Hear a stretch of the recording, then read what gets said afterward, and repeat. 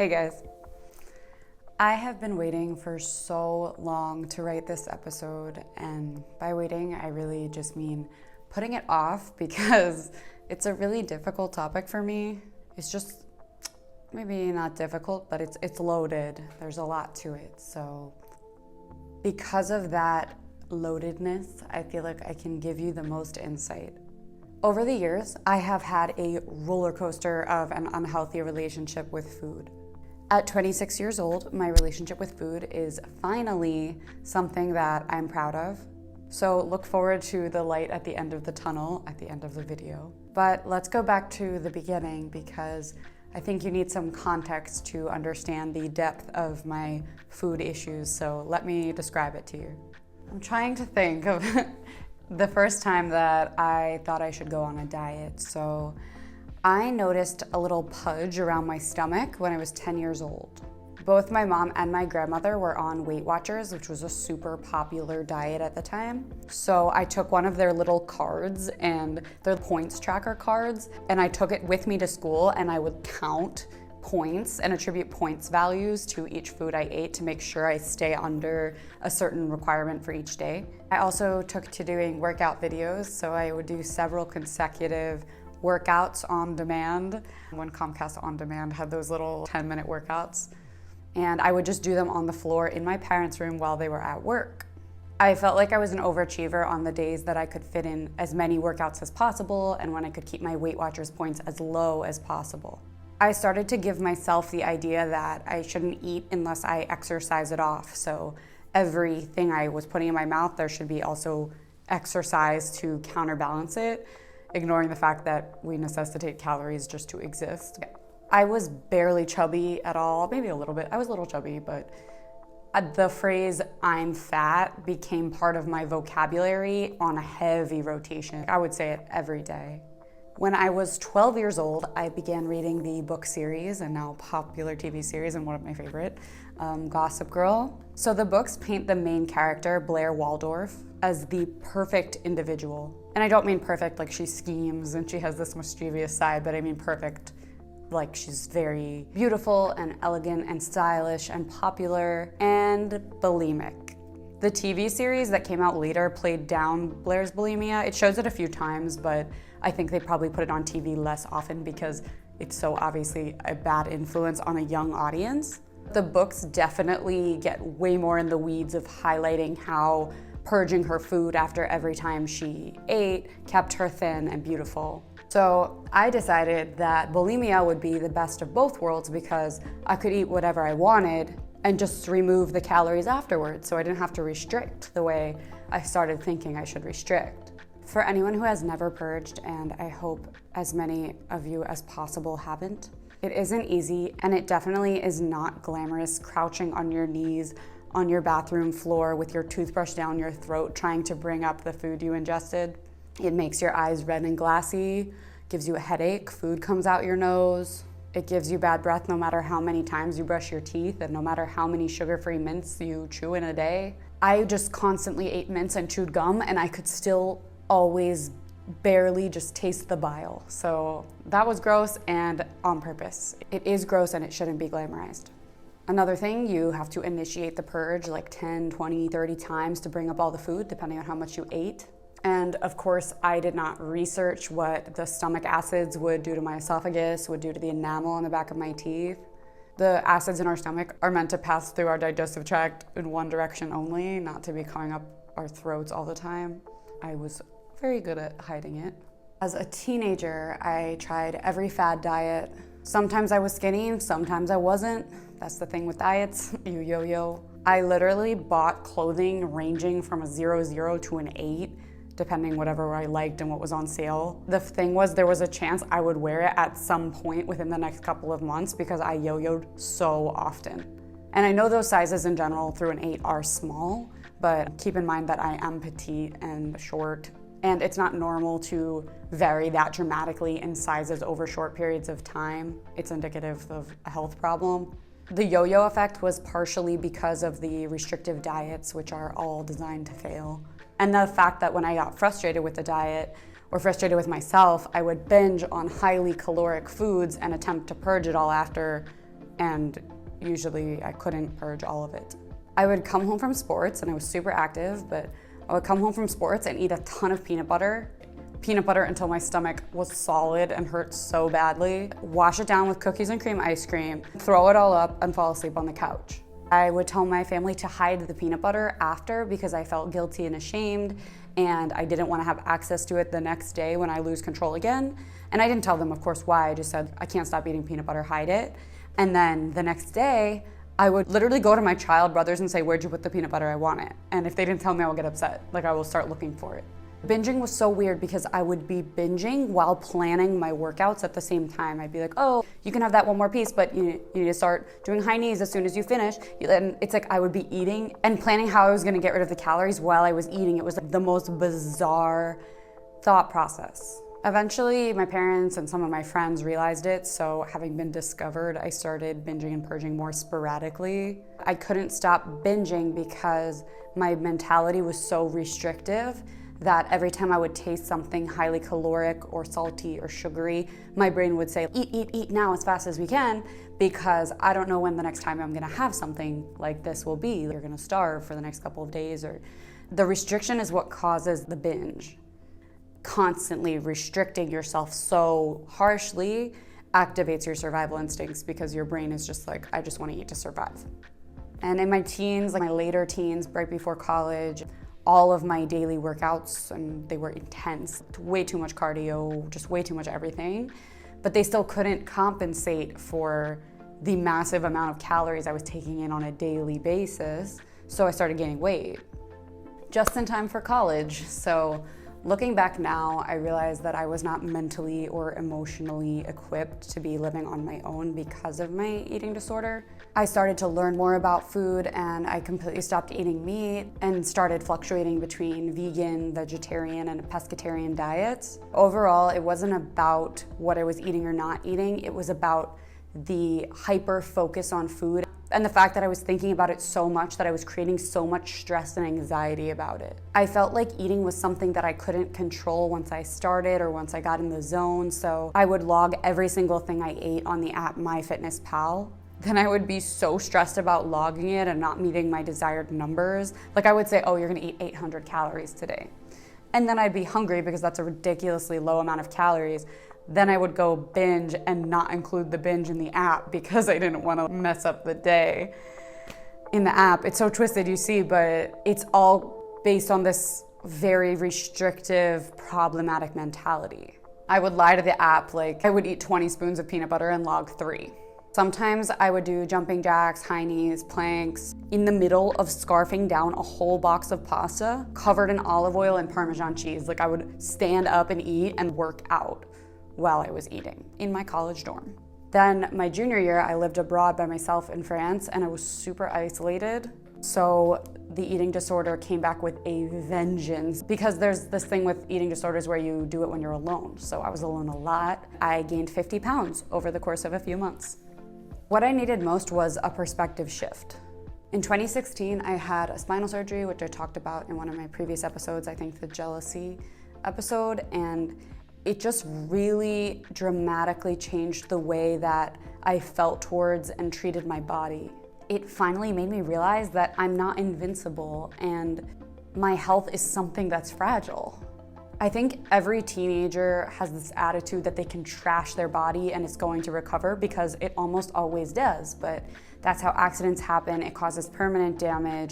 Even when you look at the way that underclassmen, freshmen, and sophomores drink when they go away to college, they drink like they don't have organs, or like they just don't care about their bodies at all, and they trash their bodies and know that it will probably recover, but there's people who do permanent liver damage from the way they drank in college. Your body is not a toy, it's not invincible, it's not always gonna recover.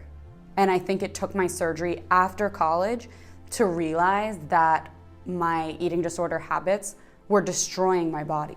It took being 22 years old, feeling immobile after a massively invasive operation, to realize that my health is the single most precious thing I have. Without it, I have no quality of life, and I finally started reading more about health and let the bulimia go forever. So I did not binge again, other than like a few times where maybe I had a scoop of peanut butter or something and felt bad about it, but I didn't have a real in the zone, lose control kind of binge at all after my spinal surgery in 2016.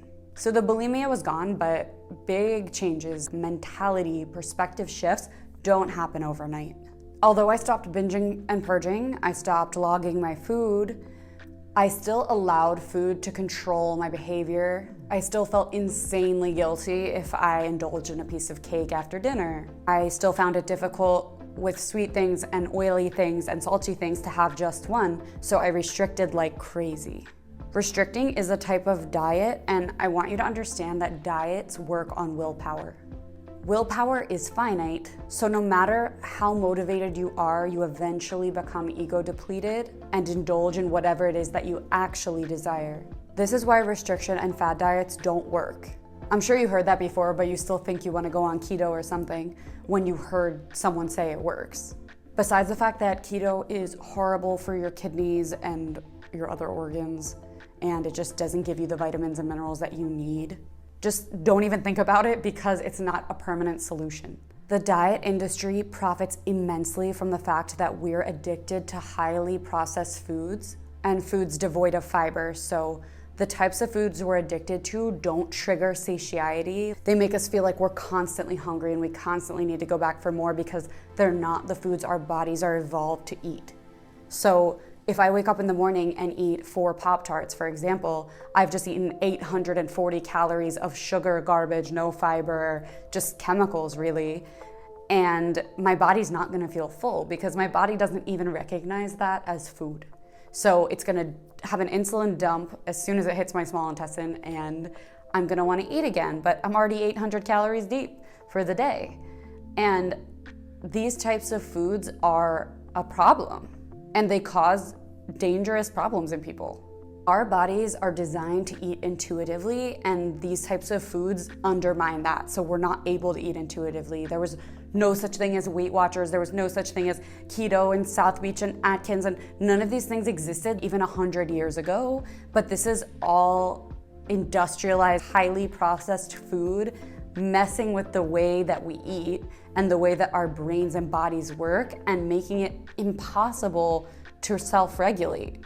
What's more, the diet industry teaches us to vilify certain foods. Like, all of my friends are always shocked that I eat bread every day. I eat whole grain bread every single day, and whole grains are incredible for us. There have just been so many fad diets that say to cut carbohydrates, and that's not true. Some of the healthiest foods in the world are carbohydrates, and if you're going on a diet that says don't eat legumes, don't eat whole grains, don't eat fruits, don't eat vegetables, don't be on that diet. Those are the most natural, least processed, most healthy things that you can put in your body. Diets like that vilify certain foods restrict not only our minds, but they're restricting the diversity of natural, healthy things that we're putting in our digestive system, which kills the good bacteria in our bodies, which further damages our abilities to eat intuitively. And it's really just a snowball effect of problems. Please, please, if you learn anything from this episode, if you're considering a diet, don't pick up any diet book and learn how to cut out certain foods. Please don't. I've tried every single one of them. I gain it back. And it's not just me. I'm saying it from like the deepest place of concern that if you want to start a diet, please just try to eat as minimally processed and as plant-based as possible for a few weeks and see how you feel. If you stick to it, the pounds will literally melt off your body to the point where you get to the body weight you're supposed to have. I'm not saying skinny. I'm just saying that you'll hit a set point that's healthy and ideal for your body because you're giving it the right kind of fuel that it recognizes and can take nutrients from. It was not until I completely stopped dieting and switched to a 100% unprocessed plant-based diet that my problematic relationship with food completely healed. Even before I went plant-based and I was just eating pretty healthy and not overdoing it, I was pescatarian at the time and I was eating really healthy and small portions, and my weight still fluctuated all the time, and it caused me stress because I felt it was out of my control. I still would make a note in my phone and estimate my calories for the day. Sometimes I'd write in my agenda book. I would weigh myself every morning, and it fluctuated frequently because when you're eating not plant-based foods, your digestion is more sluggish because you're taking in way less fiber and you're taking in foods that cause inflammation and that really slow down your metabolism. And I told myself I was healthy, but I would sit in my bed at night and write a note of all the things I ate that day. And having had the history with food that I've had, I know the calorie content of literally every single food. And if I don't know off the top of my head, you could tell me what's in it and I could give you a wicked accurate estimate of the calories in it. And the bottom line is it shouldn't be that hard. It's not supposed to be that hard. You shouldn't have to know math to eat properly. Eating is an essential survival function like breathing and sleeping. You know how you naturally wake up when your body's done sleeping, how you breathe on your own without thinking about it? Eating is supposed to be like that too.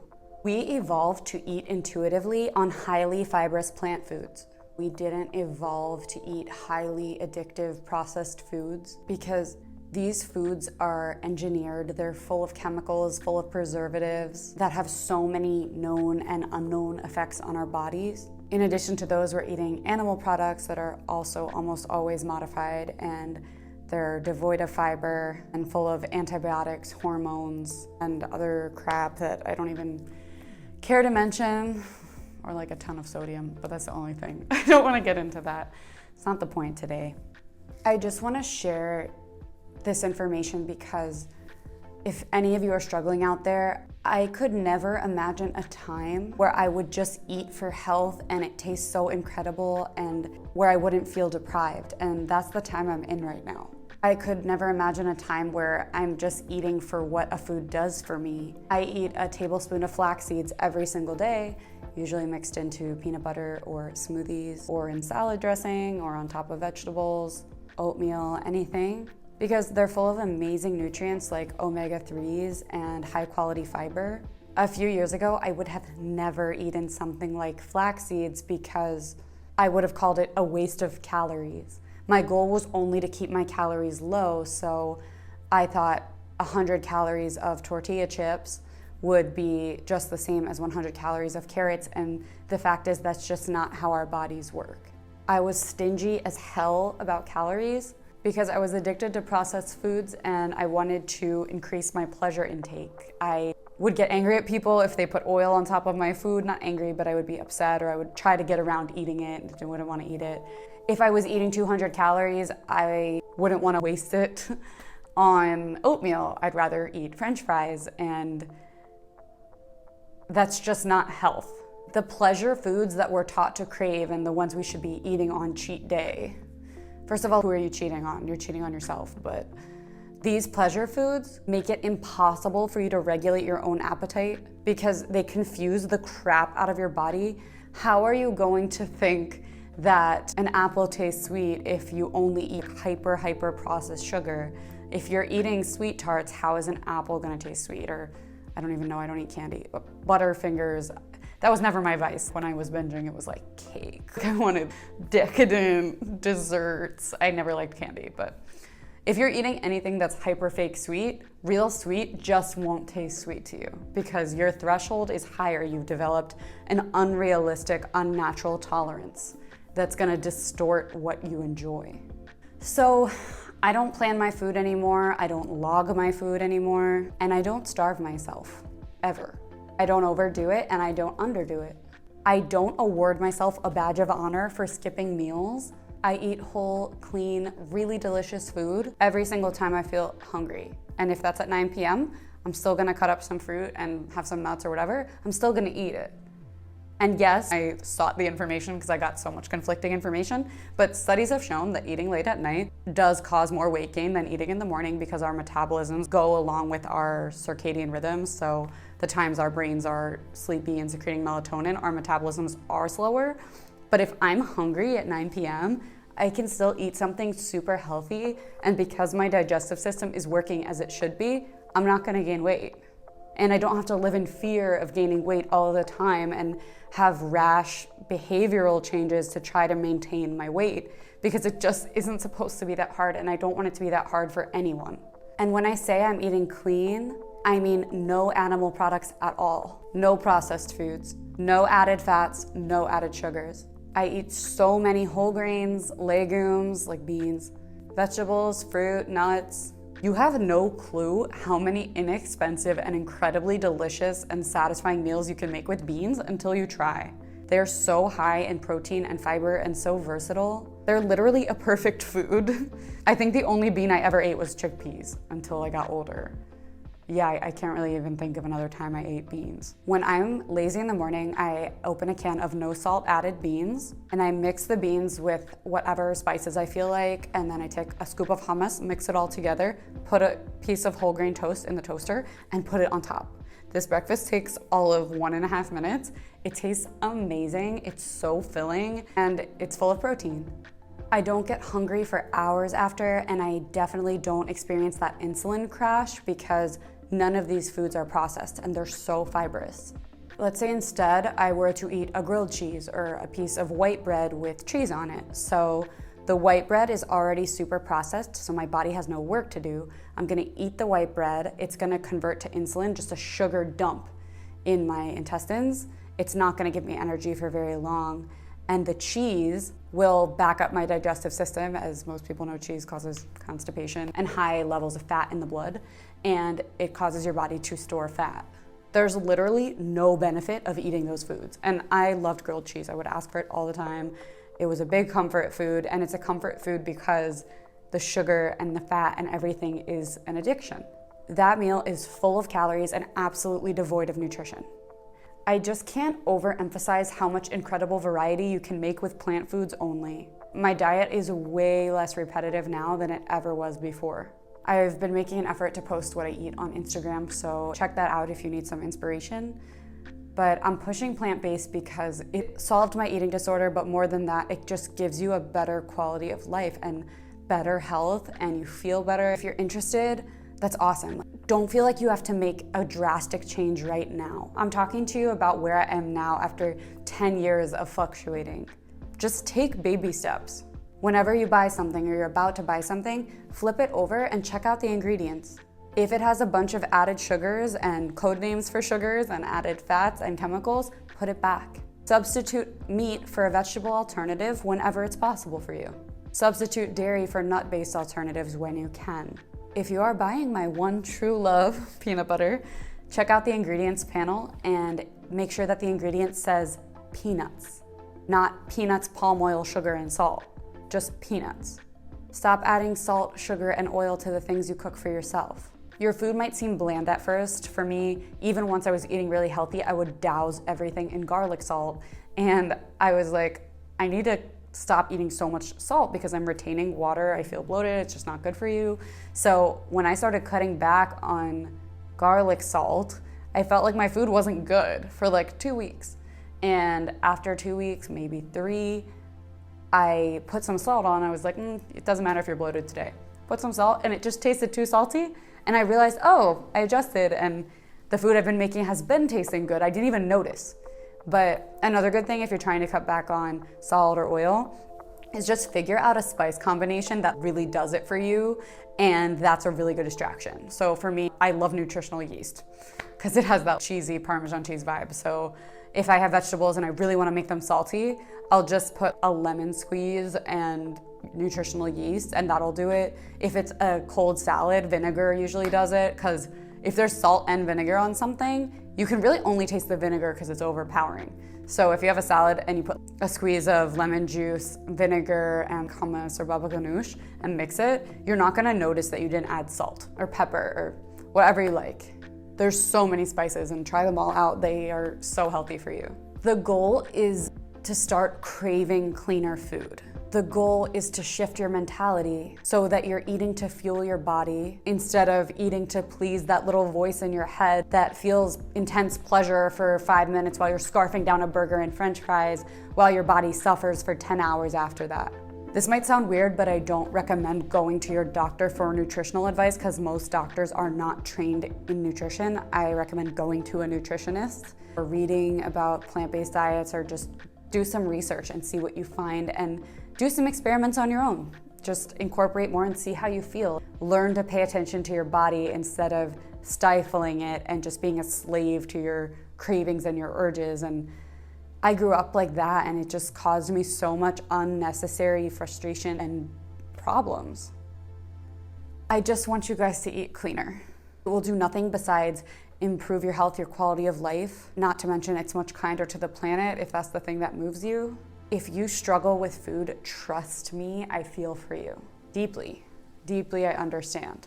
But try this, even if you're such a carnivore right now. Because after your tastes shift, I promise you will never take up another diet for as long as you live. You can break your scale in half or put it in your closet and only take it out to weigh your suitcase before you go on vacation. You just won't need to stand on it anymore. So thanks for sticking with me. This episode was hard for me to write. I think that when you go through something hard in your life, there's a certain amount of time when you just don't want to talk about it because it's too painful, you want to bury it. And I feel like I'm at a point where I want to talk about it and I want to help people, and I feel like even the people who don't have full-blown eating disorders, a lot of women, especially growing up here, have some degree of eating disorder brain and some degree of an unhealthy relationship with food. And I think it's just something that doesn't need to be a cause of stress for us. And the best workaround is to get better at eating and outsmart the processed food industry. So I hope this was helpful to you guys. Please let me know your thoughts, your feelings, your comments, your likes and dislikes in the comments below. It's really helpful to me. And as always, if you enjoyed this video, please don't forget to like and subscribe to my channel. I'm releasing a new video almost every Thursday at 4 p.m. Eastern Standard Time. So thanks for listening. There's so much talk to come soon. Bye for now.